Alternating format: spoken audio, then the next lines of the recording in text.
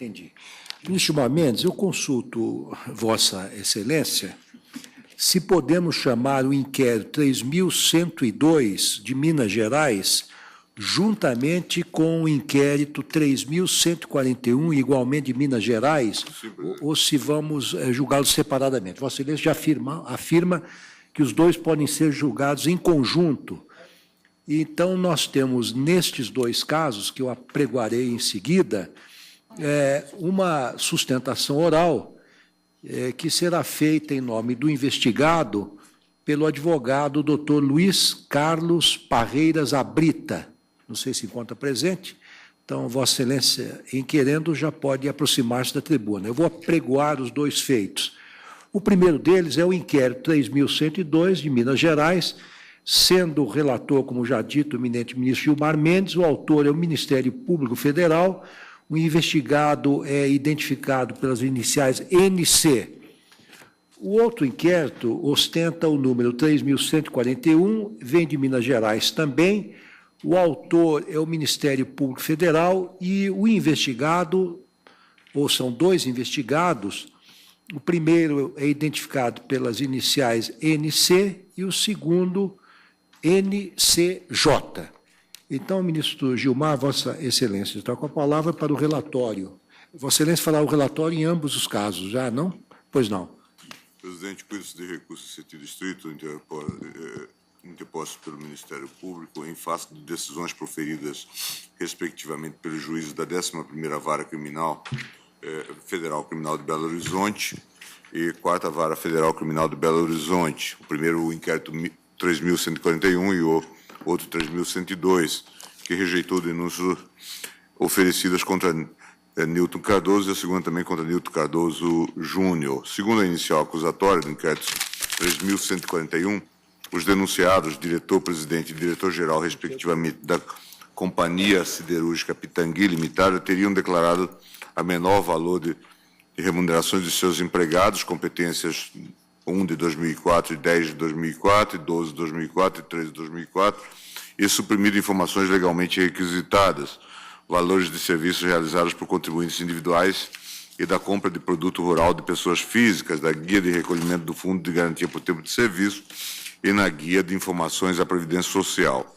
Já de acordo com a inicial acusatória do inquérito 3.102, o denunciado, o representante judicial da pessoa jurídica Sociedade Cultural Santa Rita, teria informado as remunerações dos seus empregados, competências de 4 de 2006, 13 de 2007, nas guias de recolhimento do Fundo de Garantia de Tempo de Serviço e nas informações da Previdência Social, com o código de empresa filantrópica, sem possuir o necessário certificado de isenção emitido pela Previdência ou Receita Federal. Ao agir assim, teria deixado de recolher as contribuições previdenciárias devidas. Assim, o Ministério Público imputou aos referidos denunciados a prática dos crimes tipificados nos artigos 297, parágrafo 3º, parágrafo 4º e 337-A, inciso 1º do Código Penal Brasileiro, combinado com o artigo 71 do mesmo diploma. No que diz respeito ao delito do artigo 337-A, inciso 1º, pugnou pela suspensão da ação penal única e exclusivamente em relação a esse crime, com fundamento no artigo 93, caput do Código de Processo Penal, por estar suspensa a exigibilidade do crédito previdenciário em virtude de impugnação na esfera administrativa por parte dos denunciados. Ao examinar as respectivas denúncias, ambos os juízes entenderam que o delito tipificado no artigo 297, parágrafo 4º, falsificação de informações relativas à Previdência Social, seria crime e meio para a consecução daquele previsto no artigo 337-A, inciso 1º, crime de sonegação previdenciária do mesmo diploma legal. Desse modo, o primeiro estaria absorvido pelo segundo sob pena de bis in idem.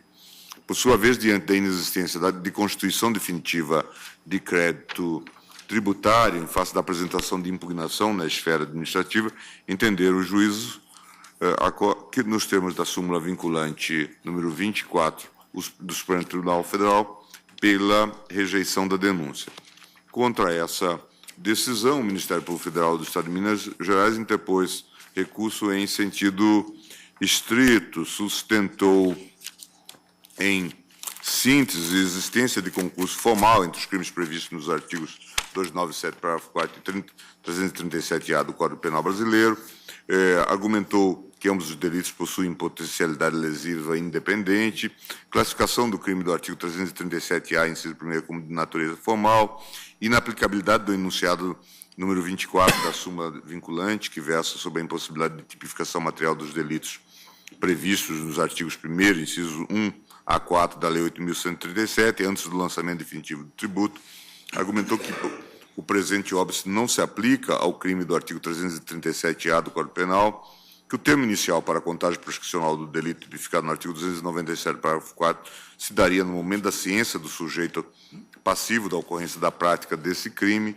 Como prejudicial, suscitou, com fundamento nos artigos 93, caput e 116, ambos do Código Penal, a suspensão do curso do prazo prescricional do delito do artigo 337-A, requereu, ao final, o conhecimento e provimento do recurso para que a decisão atacada fosse modificada e, consequentemente, instaurada a ação penal em desfavor dos acusados. Notificados da interposição do recurso em sentido estrito, apresentaram ambos os denunciados suas contrarrazões, em que alegaram, em suma, a consunção entre os crimes do artigo 297, parágrafo 4 e do artigo 337-A, imprescindibilidade de esgotamento das vias administrativas, a aplicabilidade do enunciado 24 da súmula vinculante, que a questão prejudicial suscitada pelo Ministério Público sequer poderia ser considerada, pois ausentes estariam os elementos objetivos mínimos, a saber, a constituição do crédito tributário exigível para a instauração da ação penal. Em sede de eventualidade argumentativa, aduziu que a pretensão punitiva estatal já estaria prescrita em relação ao crime do artigo 297, parágrafo 4º. Requereram, assim, os denunciados fosse negado provimento ao recurso do Ministério Público, mantendo-se a decisão que rejeitou a denúncia. Declinada a competência para essa Suprema Corte, foi a Procuradoria-Geral instada a se manifestar. Nos autos do inquérito 3141, em parecer da Lava da Subprocuradora-Geral da República, aprovado pelo Procurador-Geral, foi ratificado o recurso em sentido estrito, protestando-se pelo seu provimento e, por conseguinte, pela reforma da decisão com o recebimento da denúncia em desfavor dos recorridos pela prática dos crimes descritos na inicial acusatória. Nos autos do inquérito 3.102, a Procuradoria-Geral se pronunciou no sentido de ratificar, em parte, os termos do recurso em sentido estrito, com o consequente recebimento da denúncia tão somente em relação ao crime do artigo 337-A, inciso 3º do Código Penal. Seu breve relatório, presidente. Agradeço a Vossa Excelência. Concedo a palavra ao eminente advogado, doutor Luiz Carlos Parreira Brita, pelo tempo regulamentar. Desculpe, Excelência. Excelentíssimo ministro-presidente, excelentíssimo ministro relator, excelentíssimo senhora ministra, excelentíssimos senhores ministros, excelentíssimo senhor procurador-geral da República, ilustres advogados e servidores da Casa. Na verdade, apenas para esclarecer, eu apenas defendo o acusado Newton Cardoso no inquérito 3102. No outro inquérito, não sou advogado do processo, do inquérito, aliás, perdão, e não apresentei defesa, somente no inquérito 3102, que é concernente à Sociedade Cultural Santa Rita. Pois bem, o ex-governador de Minas Gerais, e hoje deputado federal Newton Cardoso, tem imputado aqui contra a sua pessoa a prática dos delitos previstos no artigo 337-A, inciso 3, combinado com o artigo 297, parágrafo 4º e 71, todos do Código Penal. O que se tem no caso concreto? Entende-se que o Ministério Público Federal, através de digno procurador da República, que a Sociedade Cultural Santa Rita, nada a ver com o exercício de atividade legislativa do deputado, teria sido apurado que a pessoa jurídica referida teria informado nas guias de recolhimento do Fundo de Garantia, Informações da Previdência Social, GFIP, que as remunerações pagas aos empregados entre o mês de abril de 2006 e dezembro de 2007 teria o código de empresa filantrópica, e tal fato teria alterado o valor devido à Previdência Social, pela qual se entendeu, foi denunciado o presidente da Sociedade Cultural.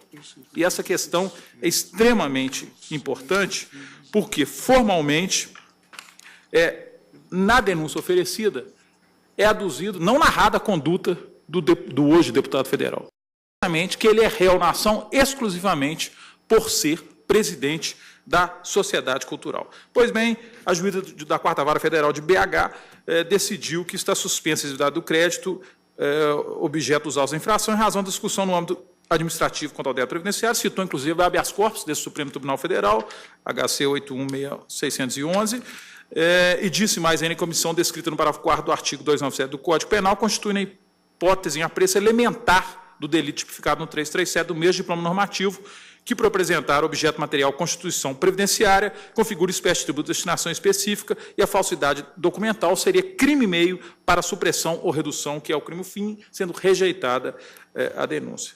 No dia 11 de janeiro de 2011, o Ministério Público Federal, em Belo Horizonte, entendeu que não tinha atribuição para falar no feito, por estar o ora acusado diplomado, por ter sido diplomado como deputado federal.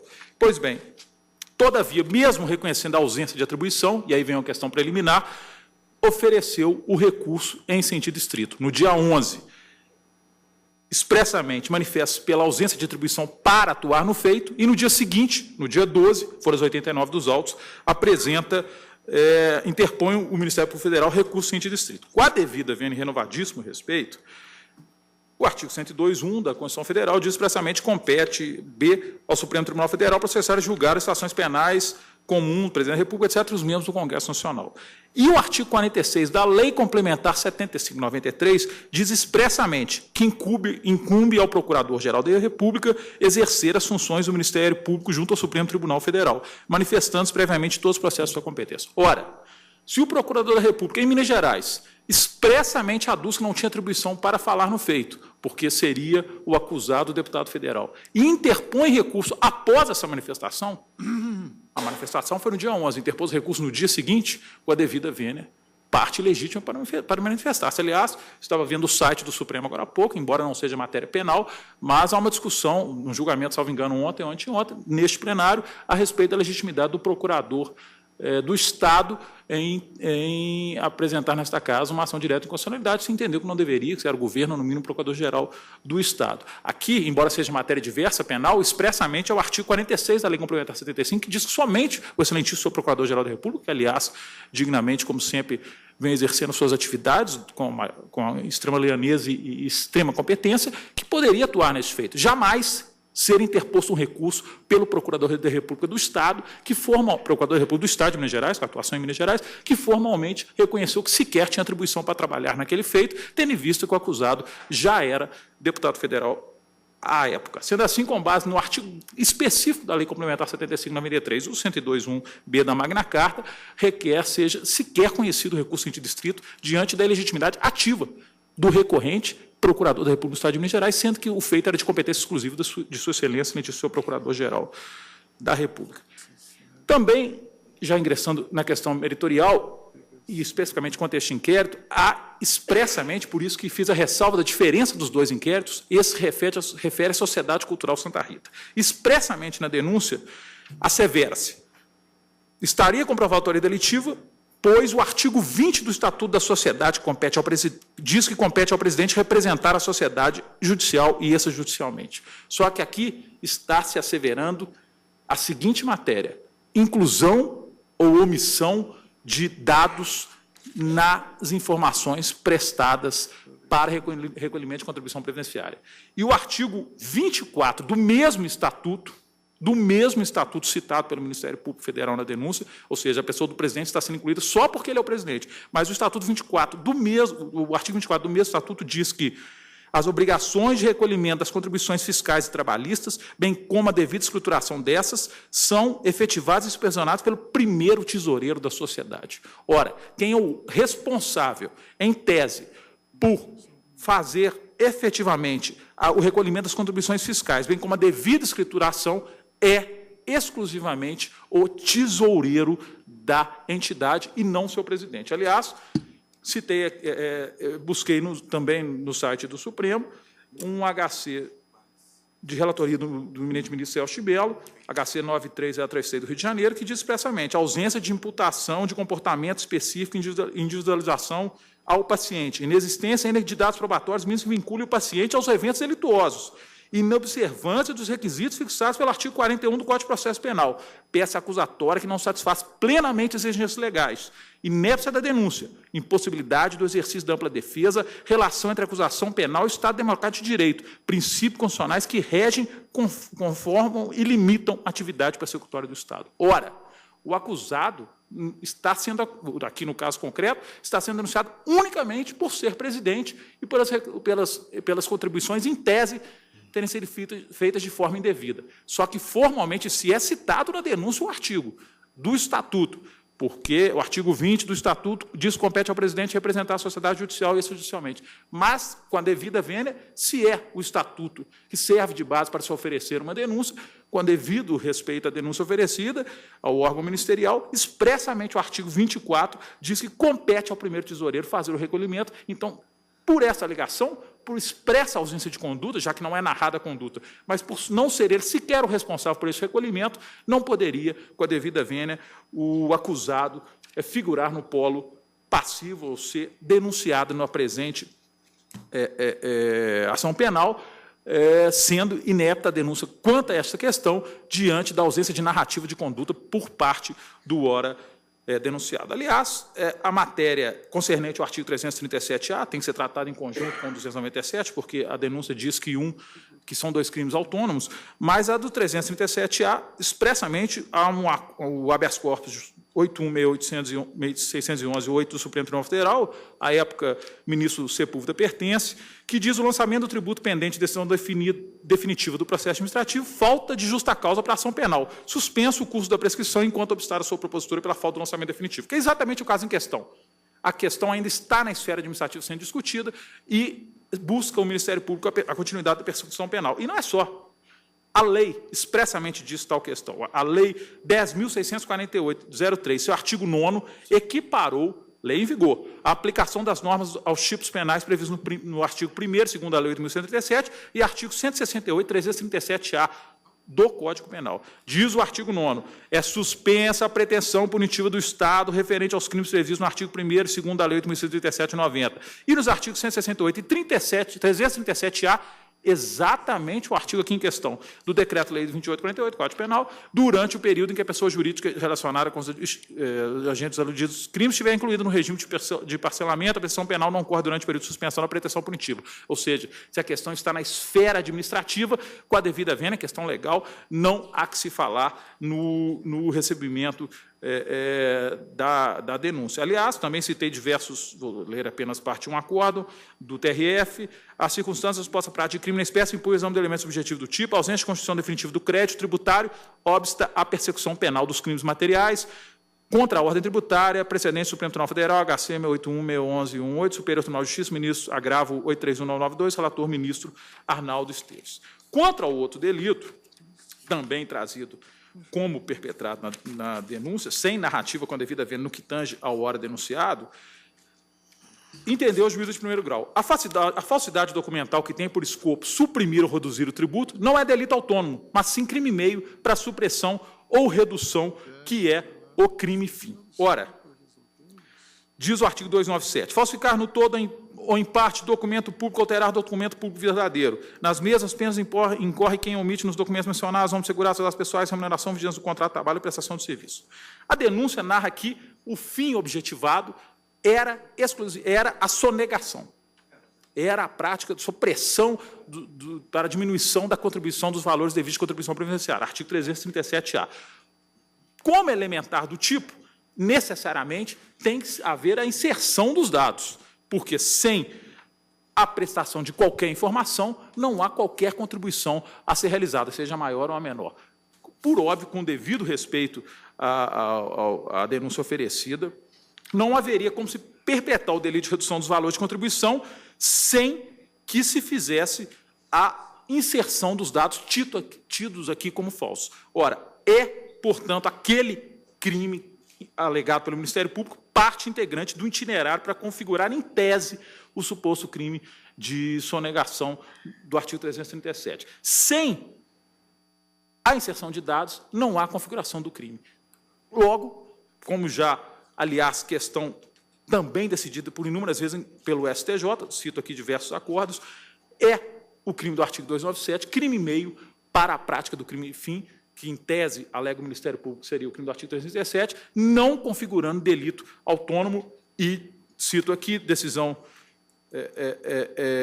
do TRF, que faz menção especificamente a decisões outras do STJ, lerei apenas parte do acordo, com efeito a redução de contribuições previdenciárias mediante omissão de fato gerador, em caso omissão de remunerações pagas na empregada tal, e ausência de lançamento de tais valores nos livros contábeis, tipifica o delito do artigo 337-A, tal como descrito na denúncia, para a qual a omissão do fato gerador nas queixas de recolhimento do FGTS, informações GFIP e a inserção na carteira de trabalho da empregada, de período diverso de duração de vínculo de emprego, teria se iniciado no momento anterior ao anotado no referido documento, constituiriam meio para sua prática e não o crime autônomo previsto no artigo 297, parágrafo 3º e 4º do Código Penal. Mormente, o STJ já reconheceu tal possibilidade, tanto que simulou o entendimento nesse sentido, nos termos da súmula 17, a qual admite a consunção do delito contra a fé pública por crime contra o patrimônio, quando o falso se exaure no estelionato sem mais potencialidade lesiva, tal como ocorre no fato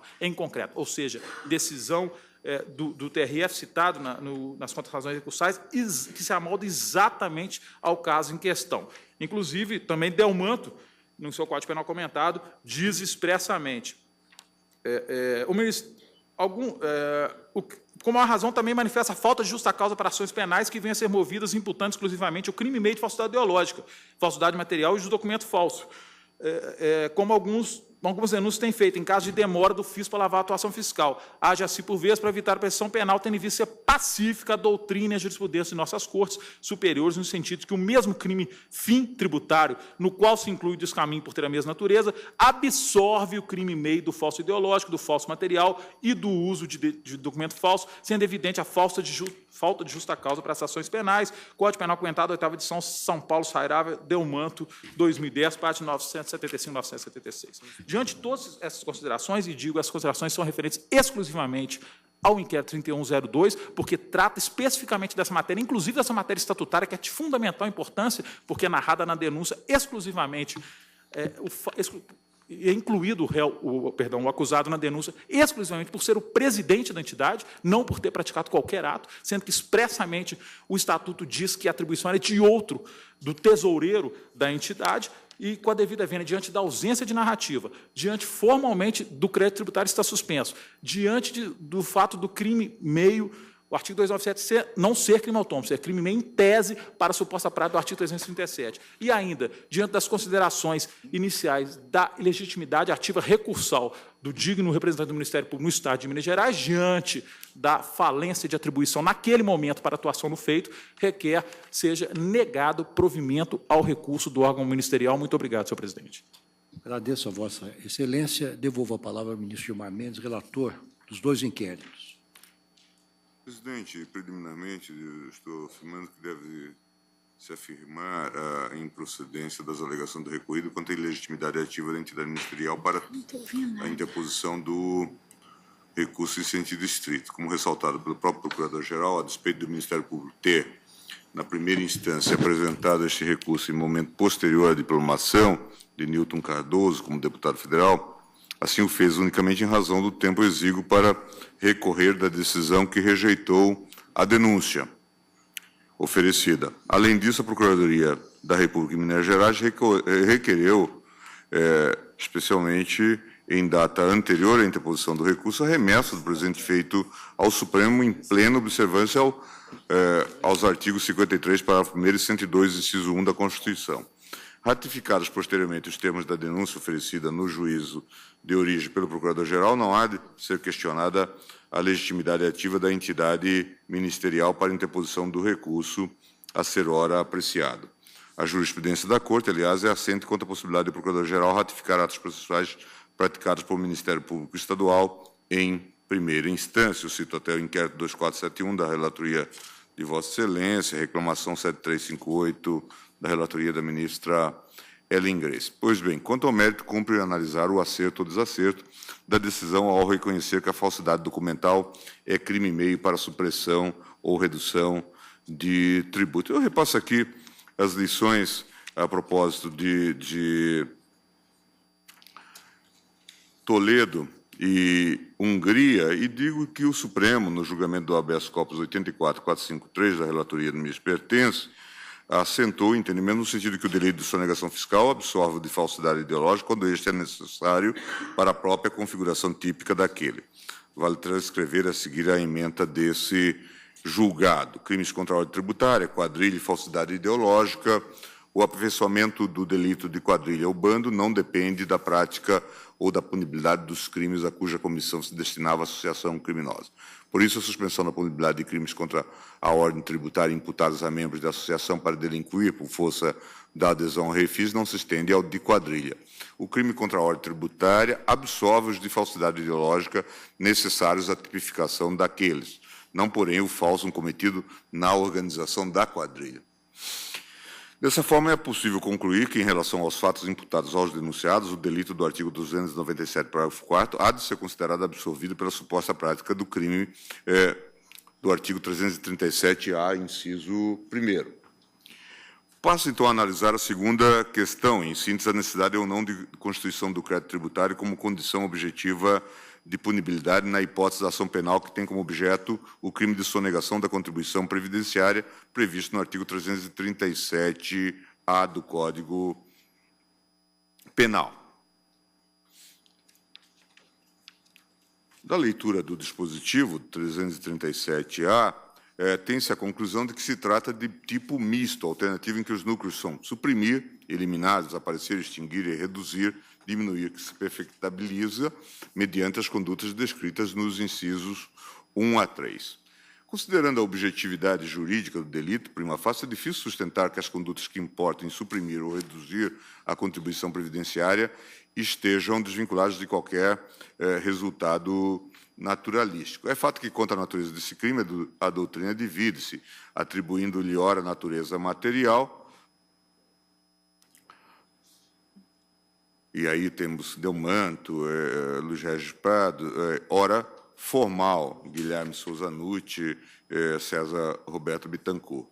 Pouco comungados os argumentos, destacam excetos doutrinários de José Paulo Baltazar e de Rui Estocco. O tipo ora introduzido constitui forma específica daquele do artigo 1º da Lei 8.137, distinguindo-se pelo objeto, que aqui é a contribuição social previdenciária, enquanto o crime da lei especial pode recair sobre outro tributo. O delito em exame submete-se, no geral, ao mesmo regime do crime contra a ordem tributária previsto no artigo 1º da Lei 8.137. A adoção da Lei 8.137 como modelo para a criminalização da sonegação de contribuição previdenciária salta aos olhos que o legislador, para estabelecer as figuras penais de sonegação de contribuição previdenciária, do artigo 337-A do Código Penal, inspirou-se, felizmente, nos artigos 1º e 2º da Lei 8.137, que define os crimes contra a ordem tributária. Abandonou definitivamente a previsão de condutas dirigidas à condição de figuras delituosas, construindo crimes de mera conduta em que a só manifestação do comportamento previsto na lei já caracterizava o delito, independentemente da ocorrência de um resultado no mundo físico. E aí, na parte da consumação disso, cuidando-se de crime material, consuma-se com a efetiva supressão ou redução da contribuição previdenciária e não apenas com a realização das condutas omissivas descritas nos incisos 1 a 3. Aliás, como antes observado, a conduta omissiva é apenas meio e modo para se obter o fim buscado, ou seja, a sonegação. A conduta omissiva existe apenas para a realização do tipo. E, de fato, não consigo encontrar justificativa razoável para sustentar tratamento distinto ao tipo previsto no artigo 1º da Lei 8.137 e aquele previsto no artigo 337-A do Código Penal. No que concerne aos crimes tributários previstos nos incisos 1 a 4 do artigo 1º da Lei 8.137, a necessidade de lançamento de crédito tributário para a configuração típica desses delitos já é matéria pacificada, como amplamente admitido e consta da súmula 24 deste tribunal, da súmula 20. O norte princípio desse enunciado é o fato de que, enquanto não constituído o crédito tributário, sequer é possível afirmar que este é devido. Dessa forma, como seria possível imputar a alguém a prática de ter sonegado contribuições sem ter a ciência de ser esse crédito efetivamente devido? O único argumento delineado pelo Ministério Público a ir de encontro à aplicabilidade desse enunciado à hipótese dos autos consiste no fato de a Justiça do Trabalho ter competência para reconhecer créditos de contribuições sociais, o que demonstraria a prescindibilidade do lançamento definitivo de crédito previdenciário por parte da administração pública para a configuração típica do delito. Ora, o argumento é inválido porque parte de premissa equivocada. Na verdade, a questão reside em saber se o crédito é ou não devido e em averiguar e não em averiguar quem deve ou pode exigi-lo.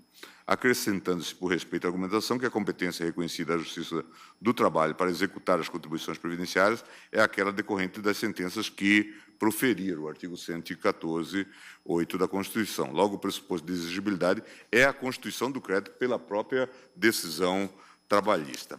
De fato, o enunciado 24 da súmula vinculante deste Supremo não é de aplicabilidade obrigatória ao presente caso, já que não versa expressamente sobre o artigo 337-A do Código Penal. Contudo, desde o julgamento do recurso extraordinário 146.733, de relatoria do ministro Moreira Alves, esta Suprema Corte tem reiteradamente considerado em seus julgados que as contribuições devidas à Previdência possuem natureza tributária. Assim, a sistemática de imputação penal por crimes de sonegação contra a Previdência deve se sujeitar, a meu ver, à mesma lógica aplicada àqueles contra a ordem tributária em sentido estrito. Enquanto pendente a constituição definitiva do crédito previdenciário, que possui natureza tributária, não há como se imputar a alguém a prática da sonegação da contribuição previdenciária simplesmente por persistir dúvida quanto ao fato dessa contribuição ser devida ou não. É preciso salientar que, no caso, desde o início, era incontroverso que a exigibilidade do crédito previdenciário estava suspensa, em virtude de o ora recorrido ter apresentado impugnação. Aliás, curiosamente, protestou o Procurador da República, à época, a suspensão do processo penal nos termos do artigo 93 do Código de Processo Penal. Assim, presidente, não vejo razão para que seja admitida a possibilidade de instauração da ação penal destinada a reprimir a conduta de sonegação de contribuições previdenciárias, sem ao menos saber se esses valores são, de fato, devidos. Ressalto como requerido que se encontra suspenso o curso da prescrição, enquanto obstada a propositura da ação pela falta de lançamento definitivo, tal como nós assentamos RE 230.020, HC 81.612. De certo, meu voto é no sentido de negar provimento a ambos os recursos de sentido estrito, mantendo-se a rejeição da denúncia como voto. Ministro Teori. Estou de acordo, senhor presidente. Ministra Rosa. Acompanho, presidente. Ministro Fux. Ministro Marco Aurélio. Presidente, em primeiro lugar, preconizo a correção da autuação para, ao invés das iniciais dos envolvidos, constar os nomes completos, tendo em conta o princípio da publicidade, que é a medula como princípio da própria administração pública, possibilitando, portanto, o acompanhamento do dia a dia da administração pública pelos cidadãos em geral. A questão alusiva à Ministro Marco Aurélio, legitimidade... então eu vou, primeiramente, vou submeter ao plenário esta ponderação de Vossa Excelência. Enunciamos, então, e reautuamos ambos os inquéritos com os nomes dos indiciados, conforme assentamos, inclusive, na sessão administrativa. Portanto, nós reautuaremos os inquéritos para que conste que os investigados no inquérito 3141 são Nilton Cardoso e Nilton Cardoso Júnior, e no inquérito 3102, deputado Nilton Cardoso. Pois não, Vossa Excelência prossegue. Sim, presidente. Eu indagaria apenas se a questão alusiva à ilegitimidade de quem subscreveu o recurso está ligada ao recurso em sentido estrito apenas no inquérito 3.102. Só nesse, né? Excelência. Eu vou pedir vênia, presidente, ao relator para não conhecer, nesse caso, do recurso. O que apontou o Ministério Público, já agora sediado em Brasília, que no item 5, em primeiro lugar, deve-se consignar que a decisão que rejeitou a denúncia em primeira instância foi proferida em 16 de dezembro de 2010, dia anterior à diplomação do denunciado para o mandato de deputado federal. Então, o ato praticado pelo juízo se mostrou realmente enquadrável no figurino alusivo à competência. Aí vem a justificativa para o recurso ter sido subscrito pelo Procurador da República em atuação nas Minas Gerais e não pelo Procurador-Geral da República. Posteriormente, em 16 de janeiro de 2011, o Ministério Público Federal interpôs recurso em sentido estrito contra a sentença proferida pelo juízo, embora o Procurador da República não possuísse mais atribuição para atuar no feito, o fez em razão do prazo exíguo para a interposição do referido recurso, 5 dias, artigo 586 do Código de Processo Penal. Aqui, o fator prazo exíguo é um fator neutro para definir-se se poderia ou não o procurador, personificando o Estado acusador, interpor o recurso. E o Supremo tem jurisprudência no sentido de que, no caso de haver a prerrogativa de foro, o ato praticado na origem pelo membro do Ministério Público não subsiste. E não subsistindo esse ato, eu não tenho como conhecer desse recurso. Esse é com relação ao inquérito Esse é o do 3.102? inquérito 3.102. Pois não. Agora, no mais, se por acaso vencido, presidente, quanto a esse aspecto, houve articulação de que teria sido acusado o hoje deputado federal Nilton Cardoso apenas pela condição de presidente da sociedade. Mas não é isso que está retratado na peça primeira do Ministério Público. Na peça primeira do Ministério Público, né, há referência a atos de administração da própria sociedade, aludindo-se, inclusive, ao próprio Estatuto. Então, ultrapassada a problemática de conhecimento do recurso, não tenho como acolher o que é articulado. Resta a última questão. Tem uma outra questão, que é a absorção do crime meio. Eu penso que não há controvérsia, né? O falso aí, ele é absorvido pelo crime do 337-A do Código Penal.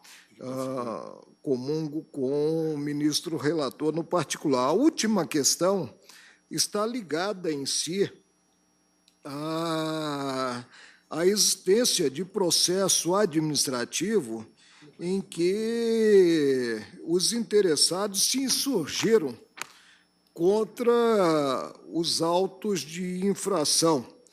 E há referência, por exemplo, na denúncia, no inquérito 3.141, ao montante do prejuízo. Esse prejuízo é que terá que ser apurado antes de chegar-se à persecução criminal propriamente dita, terá que ser apurado na fase administrativa. Por isso, acompanho o ministro relator a conclusão de Sua Excelência no sentido de suspender, né? Negar provimento a ambos os recursos e, portanto, subsistindo a decisão original. A consequência lógica é realmente essa, porque o juiz apontou que a matéria estaria controvertida, né, na seara administrativa e assentou esse fundamento para chegar à rejeição da denúncia. Eu não tenho como, né, simplesmente agora, a esta altura, voltando a um estágio pretérito, né, preconizar a suspensão a suspensão da ação penal. se provido o recurso para admitir-se, portanto, a denúncia. No mais, eu acompanho Sua Excelência, presidente, mas torna a frisar que, no inquérito 3.102, né, o Estado acusador que atuou, protocolizando o recurso em sentido estrito, não podia fazê-lo conforme reconhecido pelo Procurador-Geral da República, muito embora justificando a participação, considerada a exiguidade do prazo recursal. Pois não.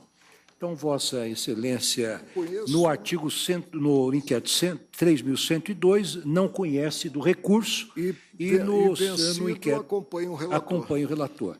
Ministro Celso de Mello. Com o eminente relator. Com o eminente relator. Eu vou pedir vênia também ao eminente ministro Marco Aurélio para acompanhar integralmente o relator, conhecendo de ambos os recursos, entendendo também que o crime de falso é absorvido pelo 337-A do Código Penal e reafirmando a jurisprudência pacífica da Corte no sentido de que não se pode instaurar uma ação penal com relação a um delito tributário enquanto a questão não estiver resolvida na seara administrativa. Portanto, proclamo o resultado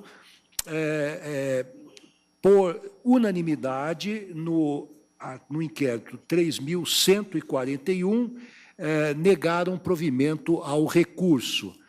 No inquérito 3.102, por maioria, negaram provimento ao recurso, vencido... Presidente, eu nego também provimento. Eu fico vencido na preliminar, no pressuposto de recorribilidade. Pois não. Então, vencido o ministro Marco Aurélio na preliminar de conhecimento do recurso, por unanimidade, negaram provimento ao mesmo, acompanhando, portanto, o relator.